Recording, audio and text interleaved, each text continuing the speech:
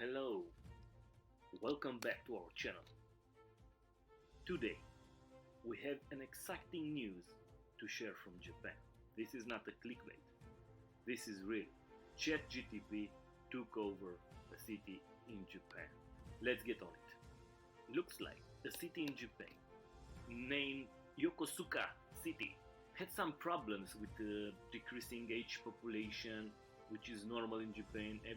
Everybody knows they have a problem with the aging population. So they thought that it will be a good idea to incorporate ChatGPT and try to automate some of the tasks that the city needs in order to function more better. The municipal office is using ChatGPT in 1 month trial to assist with different tasks. With the power of ChatGPT, they can summarize, copy some marketing and communication ideas from one department to other.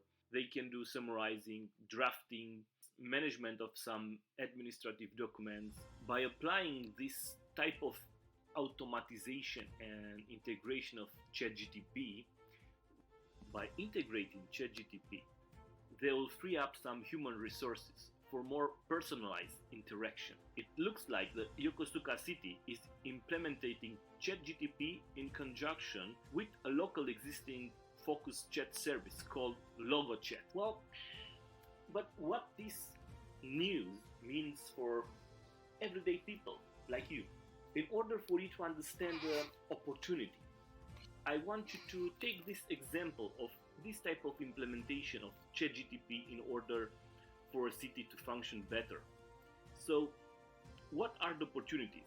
First opportunity that I'm seeing here is that they need someone or a team to know how to train their ChatGPT on their data, because it's quite complicated and it's a time-consuming job in order to do this. The second opportunity is that after the implementation of this project, they will need person to know how to train the people who already work there, who are already old, and they need to know how this ChatGPT works, and they need to make specific training on prompts, for example.